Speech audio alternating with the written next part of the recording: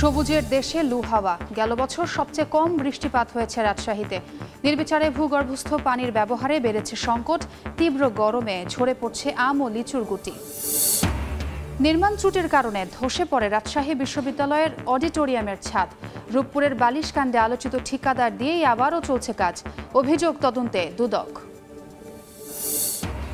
এবং কোনোভাবেই থামছে না সিরাজগঞ্জের চলন বিলে অবৈধভাবে পুকুর খনন। কমছে আবাদি জমির পরিমাণ, বাড়ছে জলাবদ্ধতা।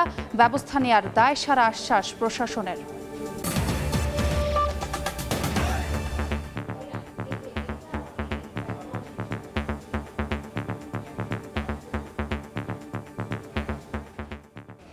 আমন্ত্রণ সময় সংবাদের নিয়মিত আয়োজন বিভাগীয় সময়ে থাকছি সপ্তাহের 7 দিন ভিন্ন ভিন্ন বিভাগের সংবাদ নিয়ে।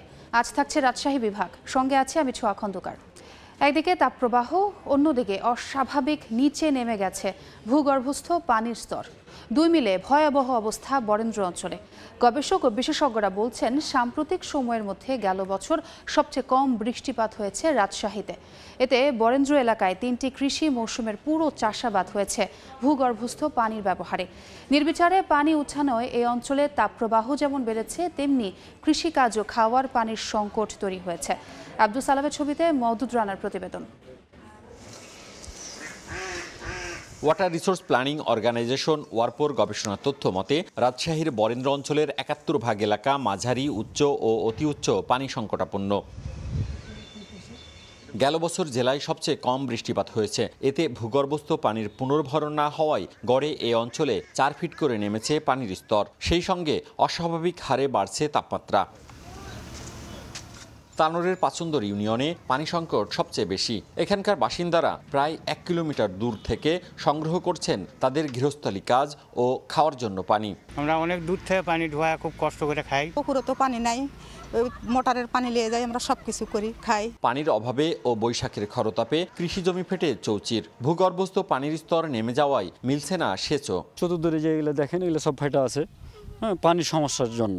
গবেষকরা বলছেন অনাবৃষ্টি, তাপপ্রবাহ, প্রচণ্ড খরায় রাজশাহী অঞ্চলে ভূগর্ভস্থ পানির স্তর নামছে দ্বিগুণ হারে। এভাবে চলতে থাকলে আগামী 25 থেকে 40 বছরের মধ্যে এই অঞ্চলে মাটির নিচে পানি থাকবে না। গত বছর বৃষ্টির কম হয় এবং ভূগর্ভস্থ রিচার্জ যে পুনর্ভরণের যে বিষয়টি সেটা কম হওয়ার ফলে এখানে এটা দ্বিগুণ নেমেছে এবছর। 1985 থেকে 1990 সাল পর্যন্ত বরেন্দ্র অঞ্চলে ভূগর্ভস্থ পানির গড় স্তর ছিল 26 ফুট নিচে। 2021 সালে ভূগর্ভস্থ পানির গড় নিম্ন স্তর আরও নিচে নেমে দাঁড়ায় 60 ফুটে।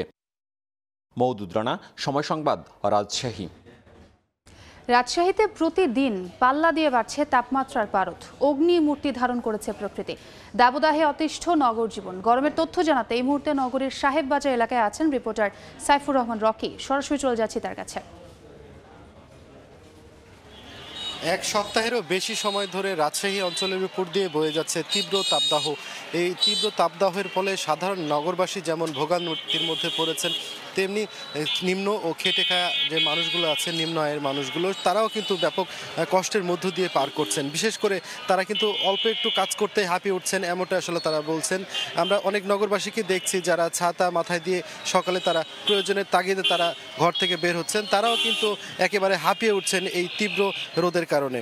আপনারা দেখছিলেন যে এখানে কিছু ট্রাফিক পুলিশের সদস্যরা আছেন, তারাও কিন্তু তারা কর্তব্যরত অবস্থায় তারা কিন্তু মাথায় ছাতা দিয়ে তারা এই তীব্র রোদের হাত থেকে রেহাই পাওয়ার চেষ্টা করছেন। সব মিলে আমরা কিন্তু বেশ কিছু নগরবাসীর সাথে কথা বলেছি। সেই নগরবাসীরাও বলছেন যে আসলে তারা কাজের তাগিদে আসলে ঘর থেকে বের হয়েছেন, কিন্তু তীব্র গরমের কারণে তারা কিন্তু হাঁসফাঁস করছেন, এমনটাই আসলে তারা বলছেন।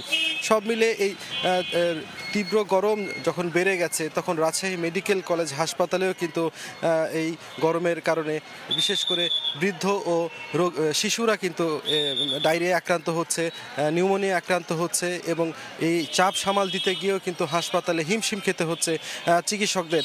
চিকিৎসকরা কিন্তু এই অবস্থায় পরামর্শ দিচ্ছেন যে ছোট শিশুদেরকে বাইরে না বের করার, এই ধরনের পরামর্শ কিন্তু অভিভাবকদের দিচ্ছেন। পাশাপাশি তরল খাবার খাওয়ার পরামর্শ দিচ্ছেন। আমরা আবহাওয়া অফিসের কর্মকর্তা কর্মকর্তাদের সাথে কথা বলেছি, তারা যেটি বলছেন এখনই আসলে তেমন কোনো সুখবর নেই। গরমের যে তীব্রতা সেটি আরও কয়েকদিন থাকতে পারে বলে তারা কিন্তু আভাস দিয়েছেন। এই অবস্থায় কিন্তু সাধারণ মানুষের যে দুর্ভোগ সেটি স্বাভাবিকভাবে আসলে কয়েক গুণ আরও বাড়তির দিকেই থাকবে এমনটাই তারা বলছেন। এমনিতেই পদ্মাপাড়ের নগরী রাজশাহীতে গরমের যে প্রকোপ সেটি কিন্তু বরাবরই বেশি থাকে। এবার কিন্তু এই প্রকোপ যেন আরও দ্বিগুণ মাত্রায় বেড়েছে এমনটাই নগরবাসীর পক্ষ থেকে বারবার এমনটাই বলা হচ্ছে। তবে এক পশলা বৃষ্টি হলে হয়তো কিছুটা হলে গরমের যে এই তীব্রতা সেটি থেকে হয়তো কিছুটা রেহাই পেত।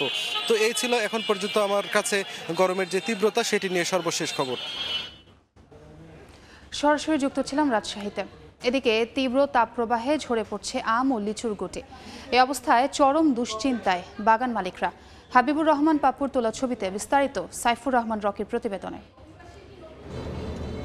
বৈশাখী খরতাপে পুড়ছে পদ্মাপাড়ের নগরী রাজশাহী। রোদে তপ্ত কড়াইয়ের মতো তেতে উঠছে পথঘাট। তাপমাত্রার পারদ 42 ডিগ্রি সেলসিয়াস ছুঁই ছুঁই করছে। এমনিতেই এবার বাগানগুলোতে আমের মুকুল কম এসেছে। এর উপর তীব্র তাপদাহে আমের গুটি ঝরে পড়ছে। গরমের কারণে, রৌদ্রের কারণে আমের গুটি ঝরে যাচ্ছে এবং আমের ক্ষতি হচ্ছে। একই অবস্থা লিচুর বাগানগুলোতেও। খরার কারণে ঝরে পড়ছে গুটিগুলো ঝরে যাচ্ছে, সেজন্য আমরা সেচ দিচ্ছি। আম ও লিচুর গুটি ঝরে পড়া রোধে বাগানে সকাল ও বিকেল নিয়মিত সেচ দেওয়ার পরামর্শ ফল গবেষকের। যেখানে সুযোগ রয়েছে সেচ দেওয়ার, সেখানে অবশ্যই তারা যেন মাটিতে রসের জন্য আপনার পানি সেচটা দিয়ে দেয়। জেলায় 19,602 হেক্টর জমির বাগানে 2,60,000 মেট্রিক টন আম ও 530 হেক্টর বাগানে 3,886 মেট্রিক টন লিচু উৎপাদনের লক্ষ্যমাত্রা নির্ধারণ করেছে কৃষি বিভাগ। খরার কারণে বহু গুটি ঝরে পড়ায় আম উৎপাদনের যে লক্ষ্যমাত্রা ধরা হয়েছে তা পূরণ না হয় দাম এবার কিছুটা চড়া থাকতে পারে বলে ধারণা সংশ্লিষ্টদের। সাইফুর রহমান রকি, সময় সংবাদ, রাজশাহী। অপরিকল্পিতভাবে 3 ফসলি আবাদি জমিতে অবৈধভাবে পুকুর খনন করায় কমছে আবাদি জমির পরিমাণ। সিরাজগঞ্জের শস্য ভাণ্ডার চলনবিল। জেলার তারাস ও উল্লাপাড়া উপজেলার বৃহৎ চলনবিল অঞ্চলে প্রতিদিনই অপরিকল্পিতভাবে খনন করা হচ্ছে পুকুর। এতে বিঘ্ন ঘটছে স্বাভাবিক পানি প্রবাহ। প্রতি বছর 2 অথবা 3 ফসলি জমি কেটে পুকুর খনন করায় আশপাশের খালনালা বন্ধ হয়ে সৃষ্টি হচ্ছে স্থায়ী জলাবদ্ধতা। গত কয়েক বছরে শুধুমাত্র তারাস অঞ্চলে 1,500-এর বেশি পুকুর খনন করা হয়েছে। ভুক্তভোগী কৃষকরা বলছেন, অসাধু কিছু সরকারি কর্মকর্তা ও প্রভাবশালীদের কারণে বন্ধ করা যাচ্ছে না অবৈধ পুকুর খনন। আমাদের জমি সব পুকুর কেটে আমাদের রাস্তাঘাট নষ্ট করে দিয়ে আমাদের চলাফেরা খুব অসুবিধা করে দিছে। সহযোগিতার চেয়েও কোনো কাজ হয়নি, আমরা কোনো উপকার পাইনি। আর অপরিকল্পিতভাবে পুকুর খননের বিরুদ্ধে আইনগত ব্যবস্থা নেওয়া হচ্ছে বলে জানান উপজেলা নির্বাহী কর্মকর্তা। যারা অবৈধভাবে পুকুর খনন করছে তাদেরকে যদি স্পটে পাওয়া না যায় তাহলে সেক্ষেত্রে নিয়মিত মামলা দায়ের করা হয়। কৃষি ও মৎস্য অফিসের তথ্য অনুযায়ী চলতি বছর শুধুমাত্র তারাস অঞ্চলে 200টি পুকুর খনন করা হয়েছে, যার প্রভাবে এই উপজেলায় জলাবদ্ধ ভূমির পরিমাণ দাঁড়িয়েছে 1,128 হেক্টর। রিঙ্কু কুন্ডু, সময় সংবাদ, সিরাজগঞ্জ। নির্মাণ ত্রুটির কারণে ধসে পড়ে রাজশাহী বিশ্ববিদ্যালয়ের অডিটোরিয়ামের ছাদ। এমন তদন্ত প্রতিবেদনের পরও রূপপুরের বালিশকাণ্ডে আলোচিত ঠিকাদার দিয়েই আবারও চলছে কাজ। এ কারণে নতুন করে তদন্তে নেমেছে দুদক। আব্দুল সালামের ছবিতে মওদুদ রানার প্রতিবেদন। ছাদ ঢালাইয়ে দুর্বল শাটারিং, বিম তৈরির পর শক্ত হতে সময় না দেয়া এবং নরম বিমের উপর পাথরের 9 ইঞ্চি ছাদ ঢালাই দেওয়ার মতো ভয়াবহ অনিয়মের কারণেই ঘটেছে রাজশাহী বিশ্ববিদ্যালয়ে নির্মাণাধীন হলের ছাদ ধসের ঘটনা। গত 25 ফেব্রুয়ারি তদন্ত কমিটির দেয়া প্রতিবেদনে উঠে আসে নির্মাণ কাজে এমন অনিয়মের বিষয়গুলো। ওখানে যেসব ইঞ্জিনিয়ারের গাফিলতির জন্য এই ধরনের ঘটনা ঘটেছে, সেই ধরনের ইঞ্জিনিয়ার নির্মাণ প্রতিষ্ঠান এখানে রাখতে পারবে না। সেজন্য তাদের সেই পত্র দেওয়া হয়ে গেছে এবং সেইটি হলো কার্যকরী করার জন্য নির্দেশ দেওয়া হয়েছে। বিশ্ববিদ্যালয় প্রশাসনের তদন্ত শেষে আবারও শহীদ AHM কামরুজ্জামান আবাসিক হল নির্মাণ কাজ শুরু করে রূপপুরের বালিশকাণ্ডে আলোচিত ঠিকাদারি প্রতিষ্ঠান মজিদ সন্স কনস্ট্রাকশন লিমিটেড। আমরা এখন এখানে কিছু ম্যাটেরিয়াল টেস্টের জন্য কিছু স্যাম্পল নিয়ে যাচ্ছি। আরও আমরা স্পেসিফিকেশন অনুযায়ী কিছু দেখলাম আর কি, তাদের সাথে আসলে যেটা থাকার কথা ছিল সেটা আছে কি বা এগুলো একটু দেখলাম। আমরা নমুনা সংগ্রহ করেছি আর রেকর্ডপত্র সংগ্রহ করেছি। আমরা রেকর্ডপত্র এবং নমুনার প্রতিবেদন অনুযায়ী আমরা কমিশনকে অবহিত করব। গত ৩০ জানুয়ারি নির্মাণাধীন শহীদ AHM কামরুজ্জামান হলের ছাদ ধসে পড়লে ৯ জন আহত হয়। মওদুদ রানা, সময় সংবাদ, রাজশাহী। ধানের জেলা নওগাঁয় বন্ধ হয়ে গেছে প্রায় ৮০ ভাগ চাল মিল। দেনামুক্ত হতে আদালতে দেউলিয়া ঘোষণার আবেদন কয়েকজন ব্যবসায়ীদের দাবি কাজ হারিয়েছেন লক্ষাধিক শ্রমিক। বিস্তৃত মাঠ জুড়ে ধানের আবাদ। ৩ মৌসুমে অন্তত ৩০ লাখ মেট্রিক টন ধান উৎপাদন হয় নওগাঁর বরেন্দ্র জনপদে। স্থানীয় চাহিদা মিটিয়ে ৭০ ভাগ ধান হাট ঘুরে চলে যায় ব্যবসায়ীদের চাতালে। একসময় কর্মচঞ্চল ধানের চাতাল ও অটো রাইস মিল এখন ব্যবসায়ীর গলার কাটা।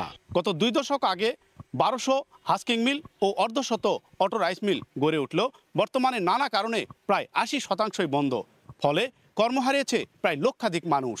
এই লোকাল মিলগুলা বন্ধ হয়ে যাওয়ার কারণে আমাদের এখানকার লেবার শ্রমিকেরা অনেক দিশেহারা হয়ে যাচ্ছে। এখন মিল বন্ধ হয়ে যাওয়াতে এখন আমরা হয়ে গেছি বেকার। একের পর এক মিল চাতাল বন্ধ হওয়ার জন্য ধান চাল কারবারে সরকারের নানা পরিকল্পনা আর কর্পোরেট ব্যবসায়ীদের দাপটকে দায়ী করছেন ব্যবসায়ী নেতারা। সরকার আবার কর্পোরেট ব্যবসায়ীদের হচ্ছে আবার অনুমোদন দিয়েছে। কর্পোরেট ব্যবসায়ীরা আমাদের নওগাঁ জেলাতে একাধিক কর্পোরেট ব্যবসায়ী হচ্ছে চলে আসছে। জেলায় ভারী কোনো শিল্প কলকারখানা নেই। এর মাঝে এসব প্রতিষ্ঠান বন্ধ হওয়ায় নতুন একটি শিল্প ইউনিট গড়ে তোলার প্রস্তাবনা নিয়ে কাজ করছে বিসিক শিল্প। হাস্কিং মিল থেকে শুরু করে যারা এখনো রুগ্ন অবস্থায় পড়ে আছে তাদেরকে আমরা একত্র করে তাদের একটা পুনর্জীবন আমরা দিতে পারবো। মিল মালিক সমিতির তথ্য বলছে সরকারি ও বেসরকারি ৩৫টি ব্যাংকের এ জেলায় ধান চাল কারবারে বিনিয়োগ প্রায় ৩,০০০ কোটি টাকা, যার বেশিরভাগ এখন খেলাপি ও কুঋণে পরিণত হয়েছে। MR রকি, সময় সংবাদ, নওগাঁ। ১ বছর সময় বাড়িয়েও শেষ হয়নি চাঁপাইনবাবগঞ্জ সদর উপজেলার পদ্মা নদীর তীর সংরক্ষণ প্রকল্পের কাজ। সোয়া ৪ বছরে কাজ হয়েছে ৬০%। দ্রুত কাজ শেষ করার দাবি স্থানীয়দের। দাবি দ্রুত কাজ শেষ করে কয়েক হাজার বিঘা ফসলের জমি ও বসত বাড়ি রক্ষার। জাহাঙ্গীর আলমের পাঠানো তথ্য ও শাহজাহান আলীর ছবি নিয়ে রিপোর্ট। পদ্মা নদীর ভাঙনে প্রতি বছর ভিটেমাটি হারায় শত শত পরিবার। আবার বাংলাদেশের ভূখণ্ড নদীগর্ভে বিলীন হয়ে চর জেগে ওঠে ভারতের দিকে। এমন পরিস্থিতি মোকাবিলায় চাঁপাইনবাবগঞ্জের চর বাগডাঙ্গা ও শাহজাহানপুর ইউনিয়নের নদীপাড় রক্ষায় ২০২০ সালে প্রকল্প হাতে নেয় সরকার। ২০২৩ সালের জুনে প্রকল্পটির কাজ শেষ হওয়ার কথা থাকলেও মেয়াদ বাড়ানো হয় ২০২৪ সালের জুন পর্যন্ত। সংশোধিত প্রকল্পে ৩৭ কোটি টাকা ব্যয় বেড়ে দাঁড়ায় ৬০৩ কোটি টাকায়। এবার তো হচ্ছে না, তো অনেকদিন থেকে করছে। অতি দ্রুত যেন এই প্রকল্পটি বাস্তবায়ন করা হয়। পানি উন্নয়ন বোর্ড বলছে বছরের ৩ থেকে ৪ মাস কাজ বন্ধ থাকে। চলমান নির্মাণ কাজ শেষ হতে আরও ১ বছর সময় লাগতে পারে। মূলত এতদিনে আমাদের ফান্ড ক্রাইসিস ছিল, এখন ফান্ড ক্রাইসিসটা দূর হয়েছে। আমরা ইজিলি আগামী ১ বছর আমরা কাজটা শেষ করতে পারবো। পানি উন্নয়ন বোর্ডের তথ্য মতে প্রকল্পের আওতায় ৬.১ কিলোমিটার নতুন নদীতীর সংরক্ষণ ও ১২ কিলোমিটার আগের বাস্তবায়ন হওয়া নদীতীর রক্ষা কাজের পুনর্বাসন ও পুনরাকৃতিকরণ চলছে। সময় সংবাদ, চাঁপাইনবাবগঞ্জ। বিভাগীয় সময়ের শীর্ষ সংবাদগুলো জানিয়ে দিচ্ছি আরেকবার। সবুজের দেশে লু হাওয়া। গেল বছর সবচেয়ে কম বৃষ্টিপাত হয়েছে রাজশাহীতে। নির্বিচারে ভূগর্ভস্থ পানির ব্যবহারে বেড়েছে সংকট। তীব্র গরমে ঝরে পড়ছে আম ও লিচুর গুটি। নির্মাণ ত্রুটির কারণে ধসে পড়ে রাজশাহী বিশ্ববিদ্যালয়ের অডিটোরিয়ামের ছাদ। রূপপুরের বালিশকাণ্ডে আলোচিত ঠিকাদার দিয়েই আবারও চলছে কাজ। অভিযোগ তদন্তে দুদক। এবং কোনোভাবেই থামছে না সিরাজগঞ্জের চলনবিলে অবৈধভাবে পুকুর খনন। কমছে আবাদি জমির পরিমাণ, বাড়ছে জলাবদ্ধতা। ব্যবস্থা নেয়ার দায়সারা আশ্বাস প্রশাসনের। এই ছিল বিভাগীয় সময়। আগামীকাল থাকবো খুলনা বিভাগের আয়োজন নিয়ে। আন্তর্জাতিক সময় নিয়ে ফিরছি কিছুক্ষণ পর। সঙ্গেই থাকুন সময়ের।